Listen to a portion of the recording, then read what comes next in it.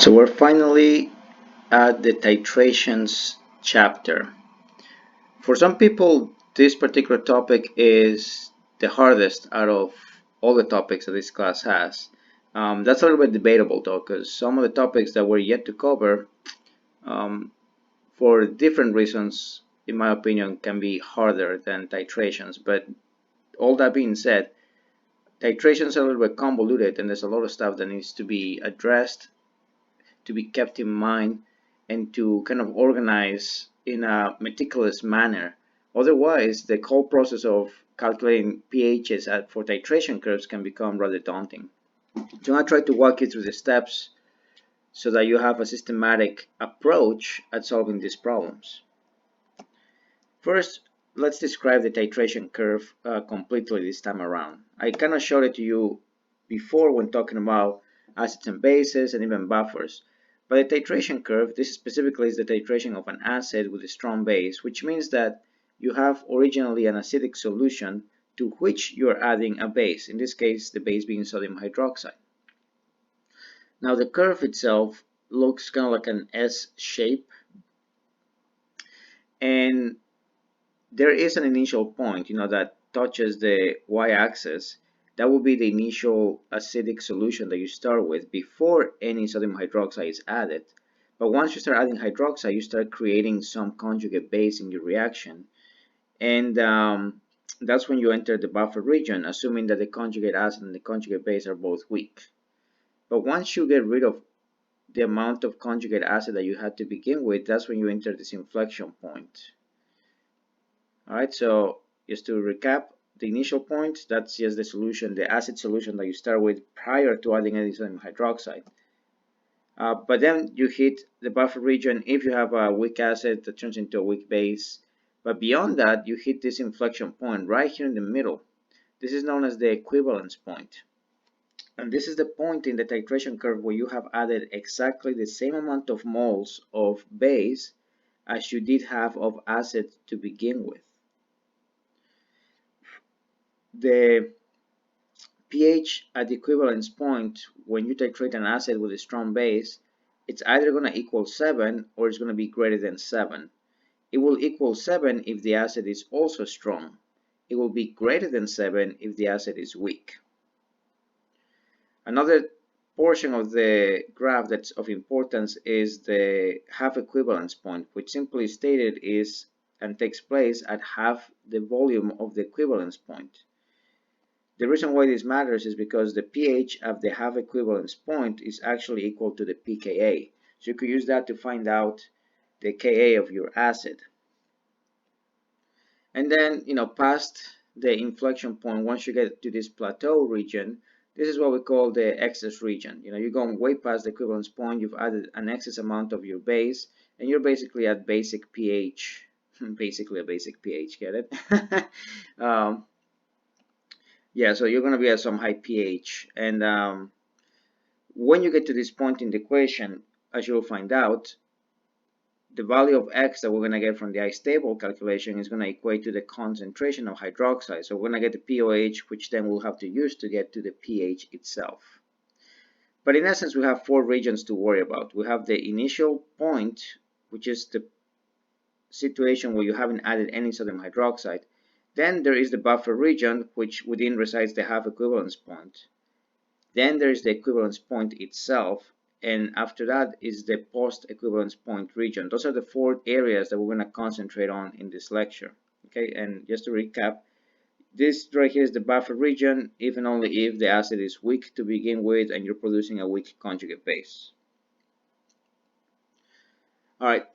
Another feature of titrations that's important to point out at this point is that you do need to use some type of indicator so that you know that you have reached the equivalence point, because when you do the experiments, all you're doing is adding liquid to liquid, right? And yes, you're changing the volume, but changing the volume doesn't tell you when the reaction is done. The indicators, however, have a very specific feature. They change color with different pH values.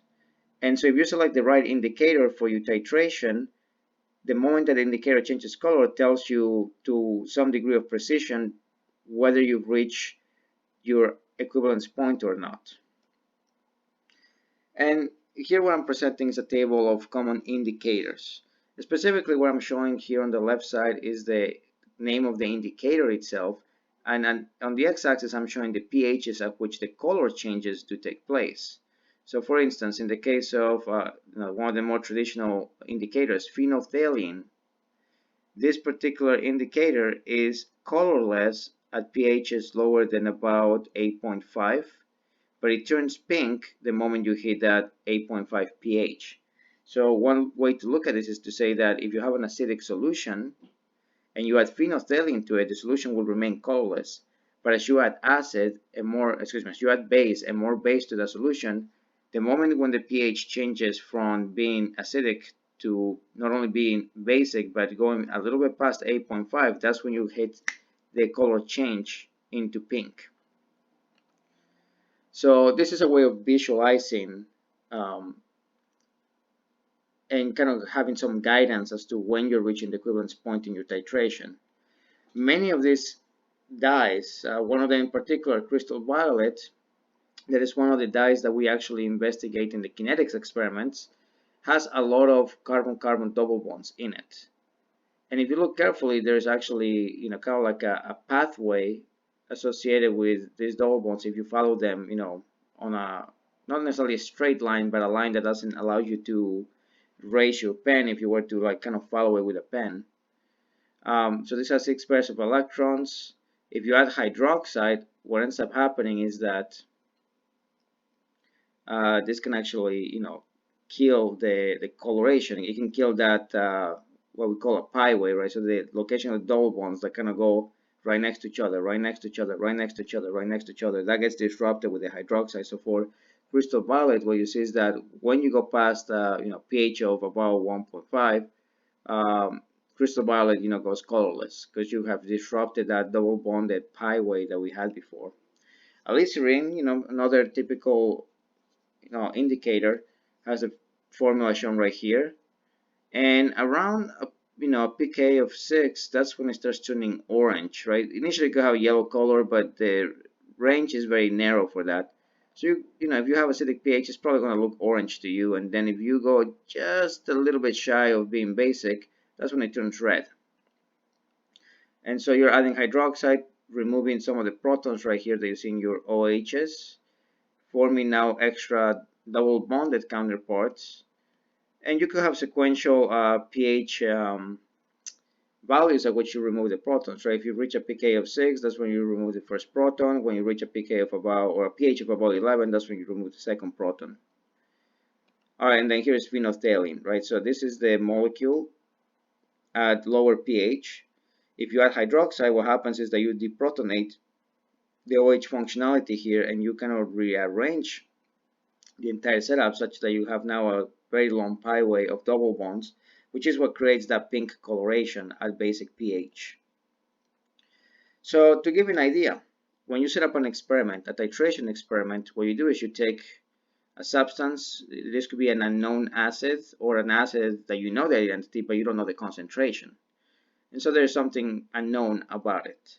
But what you do is you add the indicator. That this could be phenolphthalein, could be alizarin, it could be any of the other indicators that are presented in the table. But you add like a drop or two. It takes no more than that.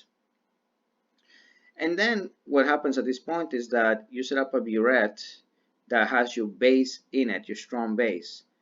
And right now it's closed, but the moment you open the stopcock, you start dripping the sodium hydroxide base into it.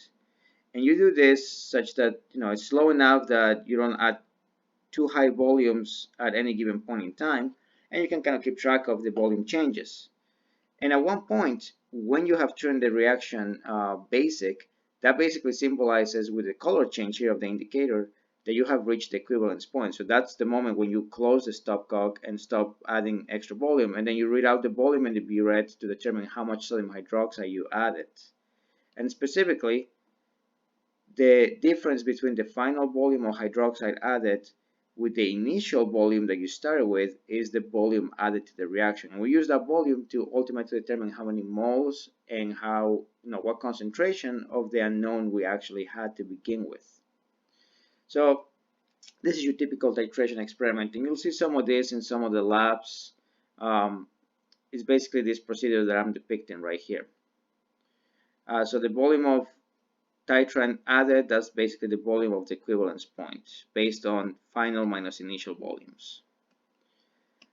All right, one last thing that I'll mention is that pH calculations or titration experiments, although you could use indicators to tell you when the equivalence point has taken place, you could instead have a pH meter for which you can basically add the specific volumes of the burette and read the pH that you're getting. And so you can actually make a plot of pH versus volume of sodium hydroxide added, which is in essence the titration curve that you're getting. Now, this is not necessarily something I'm going to ask you to do in this class, but I want to mention it in case you're wondering. To get the equivalence point volume out of this, you have to do some approximations to some degree. The one that I personally like the most is the one that uses some ideas of calculus, specifically the idea that the inflection point right here, which corresponds to the equivalence point, if you take the derivative of the pH versus the amount of volume added, now that inflection point becomes the maximum value of the curve. And even better than that, if you take yet the second derivative of this, so one more derivative, that same inflection point is now equal to 0. So all you have to do at that point is look for the volume at which the second derivative of the pH in respect to the volume of hydroxide added equals 0, and that is guaranteed to be the equivalence point. So this is usually how you do it mathematically if you have the proper programs and enough data points. Other times, the best thing you could do is like recognize when the inflection, the curve that has the highest slope begins and ends, and solely focus on that and kind of treat it as if it were just a single linear plot, and then try to get to the middle of that linear plot. So that's kind of the rough estimation, but this is how you would do it properly. All right, on the next video, I'm actually going to show you how to apply the titration curve to the titration of a strong acid with a strong base. So see you in the next video.